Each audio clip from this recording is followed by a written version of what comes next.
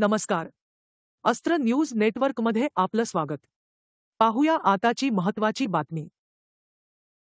राज्यात झालेल्या अवकाळी पाऊस आणि गारपिटीमुळे नुकसान झालेल्या 3,98,000 शेतकऱ्यांसाठी राज्य शासनाने मोठा दिलासा दिला आहे.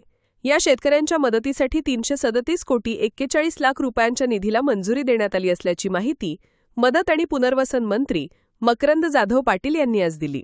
याबाबतचा शासन निर्णय, ज्याला आपण GR म्हणतो, तो सुद्धा जारी करण्यात आल्याचं त्यांनी स्पष्ट केलं. फेब्रुवारी ते मे 2025 या कालावधीत राज्यात झालेल्या अवकाळी पाऊस आणि गारपिटीमुळे शेतकऱ्यांच्या पिकांचे मोठ्या प्रमाणावर नुकसान झाले होते.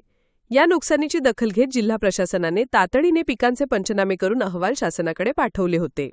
या अहवालांच्या आधारेच नुकसानग्रस्त शेतकऱ्यांसाठी हा निधी मंजूर करण्यात आल्याचं मंत्री पाटील यांनी सांगितलं. शासन शेतकऱ्यांच्या पाठीशी खंबीरपणे उभं आहे, अशी ग्वाही त्यांनी यावेळी दिली.